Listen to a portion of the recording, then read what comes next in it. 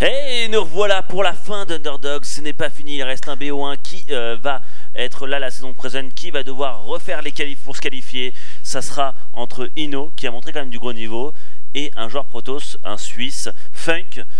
Et tous ces matchs étaient super serrés. Toujours 2-1, 2-1, 2-1, 1-0 et 1-0. Donc vraiment que du spectacle. Tout à fait. Il y a Jacques et Michel qui te demandent si tu streams du Daisy comme hier en rentrant ce soir. Alors c'était pas du Daisy, c'était du H1Z1. Ah oui. Donc ouais, ça ressemble. Pas mal. Ouais, ça ressemble un peu. Alors c'est bien. C'est pas mal. Alors il y a H1Z1, il y a un mode que je joue que j'aime bien jouer, c'est le Battle Royale. Et Battle Royale, voilà, t'apparais, donc des fois t'es tout seul, des fois tu peux faire équipe de 2, équipe de 5, et en fait tu dois tuer tout le monde, et en fait à chaque fois t'as une grande map, et t'as du gaz qui apparaît, et le cercle où tu dois aller réduit de plus en plus. Et franchement je trouve ça assez marrant, drôle, et vraiment ça se joue. Sinon en parallèle je joue aussi à CSGO et à StarCraft 2 pour l'instant, donc ça se passe bien. Regarde mon petit Kevin Core qui te fait un Nostradamus, un autre supérieur à maman. Coucou au gaming. Yes, big up Kevin. Ouais. Et donc oui, je streamerai quand je rentrerai, je streamerai, donc ne vous inquiétez pas, comme tous les soirs de minuit jusqu'à 3-4 heures du matin. Je stream un peu d'AC2, de CSGO. Là. Souvent en ce moment c'est CSGO et H1Z1, mais je vais un peu switcher à un moment parce que là on voit que le tournoi commence à bien s'avancer, il va bientôt arriver, donc je vais devoir me remettre, ça fait un mois que j'ai pas joué à LOTV, me mettre à fond sur LOTV, je streamerai du LOTV. Ouais, t'as quand même du temps quoi qui se passe, et je le dis sérieusement hein, dans le sens où de toute façon même si on le reach demain ou après-demain, le temps que la cup et tout, donc quoi qu'il se passe on aura quand même plusieurs semaines pour s'entraîner. Y a rien qui presse. Donc vous inquiétez pas, donc c'est twitch.tv/mamanus. Et toi, est-ce que tu vas streamer aussi Ce soir il y a peu de chance, je pense que ce soir si Slide est là, moi je vais plutôt tryhard l'Arcon mode. Et en fait si je veux pas le streamer, c'est juste que quand t'es en stream tu peux pas tryhard de la même manière. Là quand on est que deux, on peut vraiment réfléchir aux stratégies et tout. Et j'ai vraiment envie de faire un travail de mon côté pour par contre demain soir je restreamerai parce que je serai pas là demain soir pour vous apporter du coup en stream, voilà, un vrai quelque chose. J'ai pas juste envie de reprendre l'OTV en mode je raconte ma vie et je fais n'importe quoi. J'ai envie d'avoir des bonnes bases pour pouvoir raconter ma vie. Donc là je prends un peu de temps pour vraiment vous proposer un jeu sympa, des stratégies innovantes et un truc marrant. C'est pour ça que moi je risque de pas streamer ce soir. C'est parti les amis, Funk versus Ino. En haut à droite de la main bien sûr, en Protoss bleu. Il fait partie de la team Romandie Gaming, il est francophone mais pas français. Switzerland, this is Funk. Et nous avons en joueur Zerg de l'équipe Nuit Blanche, donc un gros big up à l'équipe Nuit Blanche, Ino. Respawn. Alors pourquoi big up? Parce qu'en fait, je crois que c'est la seule... Bon chance. Il a fait une Taken. Une Taken mon gars. Alors pourquoi un gros big up? Parce que c'est une équipe qui est quand même avec des très bons joueurs, qui est dans le top Europe, alors qu'ils n'ont pas de joueurs payés. D'accord. Donc c'est une association et qui pourrait faire mal à des structures comme... bon, peut-être plus Millennium, mais genre des structures qui sont... ce Millennium quand même. Oui, voilà, c'est au-dessus maintenant avec... oui, parce qu'on a Lilbo, on va dire que maintenant eux, c'est fini, on pourra presque plus les toucher. Parce que t'as Lilbo, Marine Lord... Et Daichi, encore une fois, j'ai eu des retours sur son gameplay d'LOTV, à ce qui paraît, il est super énervé. Donc après, faut voir, faut qu'il continue et qu'il revienne dans le milieu compétitif, faut voir s'il en a envie et tout. Mais si jamais c'est le cas, moi je serais pas étonné que... oui, Albator, je te tiendrai au courant quand je redonnerai des cours. Bon, je réponds là, parce que je vois que c'est la troisième fois qu'on pose la question. Donc ça marche, je te tiendrai au courant, Albator. Il y a Vamp qui dit Hey, I remember my man from Bourgeois days. Pretty sure I played versus him in the Clan War before. Yeah, I think so. So, hello everybody, hello Vamp. Yes, it was me. But you lose versus me on Nation War, sorry. C'est quoi le passé de to beat? C'est un verbe irrégulier, beat, non? Beat. Bah tu sais, beat, I beat you. C'est-à-dire je t'ai battu. Et comment tu dis au passé? Je pense que c'est... C'est pas beaten, non, beated. Beated, tu dirais toi, Yata? Moi je pense pas, à mon avis c'est un irrégulier, to beat, beaten. Ouais, je sais pas. J'avais qu'à être plus... écouter un peu plus pendant les cours d'anglais. Allez, c'est parti les amis, on a donc la B2 qui a été posée comme vous pouvez le voir, mais après la hatch de la part d'Ino. Tu m'as dit quoi? Ouais, bite. Ouais, donc c'était bien verbe irrégulier. Là, bien joué à nous. Du coup, la petite gateway qui a été envoyée en face. Le double gaz. Ici, par contre, on est sur un Nexus. Ouh, non. Oh oui, on est sur un Nexus First. Oh, oui, complexe. Sans complexe. On est sur une map à 4 spots et il a joué... Ah non, c'est pas 4 spots. C'est pas 4 spots. Pardon, c'est 2 spots. Mais c'est-à-dire que ton adversaire pop-up à l'extrémité. que tu pourrais pop-up en bas à droite et donc ton adversaire est en haut à gauche. Tu pourrais pop-up en haut à gauche aussi, voilà. bon. Tu pourrais pop-up du ventre de ta mère, fais gaffe. Ça pop-up partout, hein. Les fleurs pop-up, tout pop-up. Même toi tu pop-up. Hein, même moi je pop-up. Tu fais trop marrer ton pop-up. Le Cybernetic Core qui va se terminer. Ok, tout ça c'est plutôt cool. L'aura évidemment, l'aura de la photon, l'aura de lumière. Les Protoss qui maîtrisent la lumière, comme nous la maîtriserons peut-être dans 1500 ans, nous pauvres êtres humains de 2015. En 1500 ans, je vais loin. Dans 300 ans, quand même, si on s'est pas foutu des bombes nucléaires sur la gueule, on devrait quand même être pas mal fat. La probe ici qui revient à la maison, après avoir pris toute son information. Je trouve que cette map est plus intéressante pour Protoss. Pourquoi? Parce que la B3 est assez facile à attaquer en fait quand tu es Protoss, parce que le creep en fait, tu dois déjà essayer d'avoir le creep entre la B2 et la B3, après avancer le creep à droite de la B2.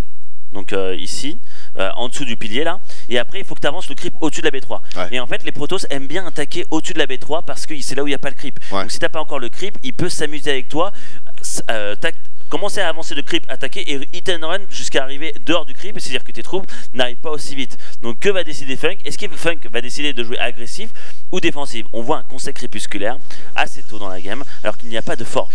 Alors conseil crépusculaire, début de game, c'est soit tu vas DT, soit tu vas blink. Et normalement tu fais d'abord forge et après conseil crépusculaire, puisque si tu fais forge, tu fais le plus 1 d'attaque, conseil crépusculaire derrière, hop, dès que le plus 1 d'attaque tu fais le plus 2, et là normalement il va balancer son blink. Voilà. Là ça sent la version du blink all-in de base. Ouais mais ça a été vu très tôt.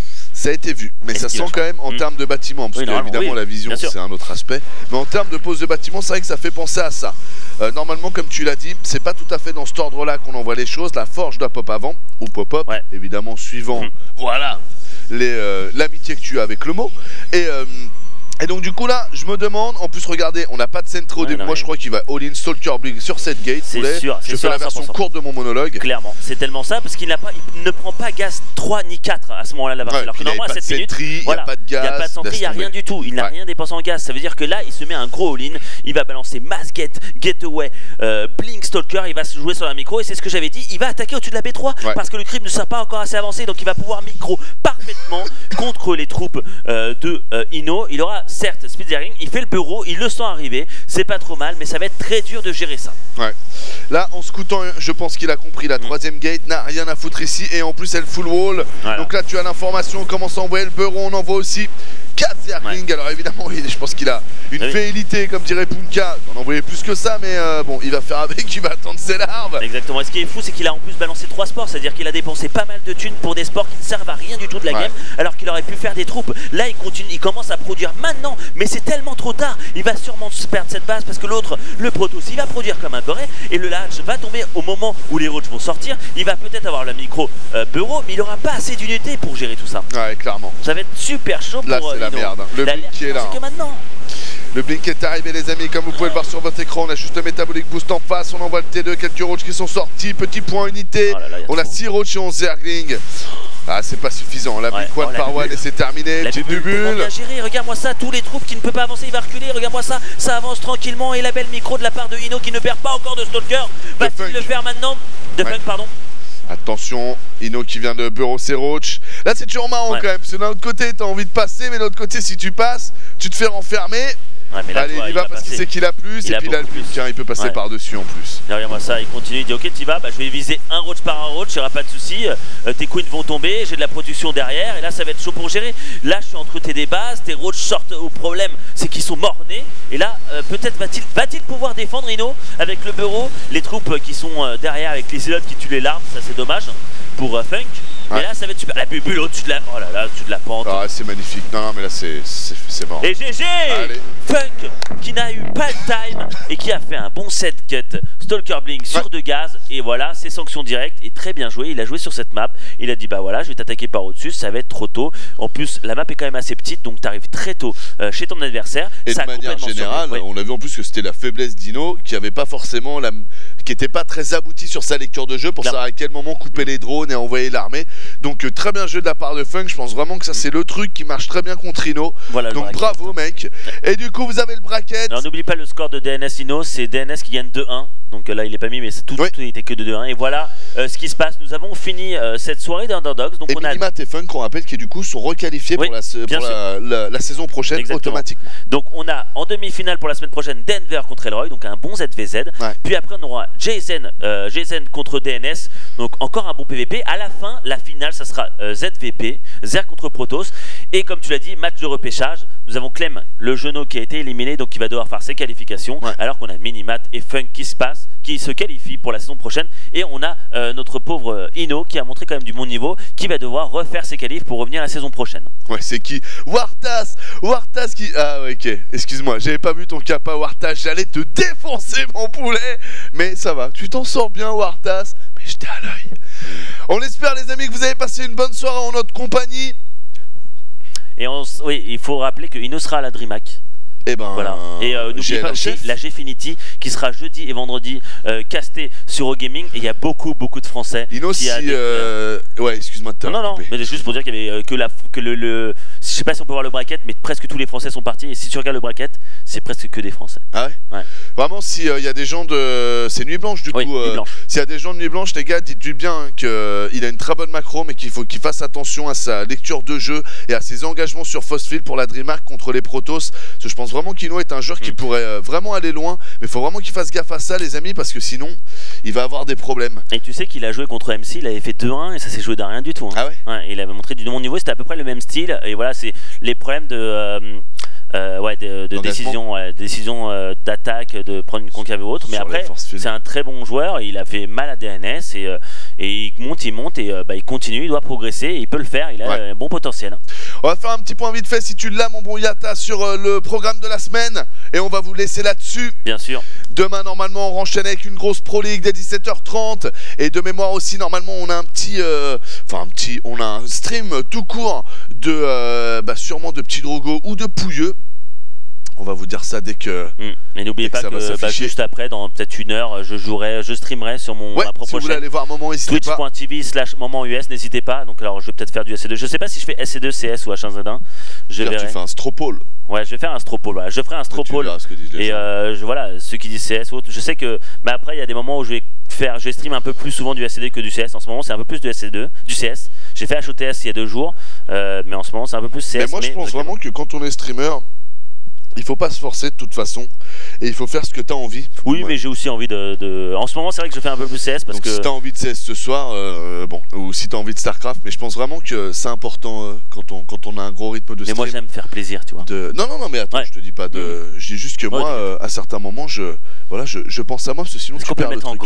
Alors, je dis de la bêtise, ce sera pas la Pro League demain, ce sera, bien joué Yatal et tel récupéré sur Twitter, ce sera du coup la GSL, donc c'était bien ça, l'heure Petit Drogo dès 17h, dès 19h, on enchaîne avec la GSL par Tingumio, Flash Innovation. Mercredi, vous le voyez, dès 15h, on a le leader de Petit Pouilleux, et on aura la Pro League du coup qui va s'enchaîner. KT Rolster versus Giner Greenwings.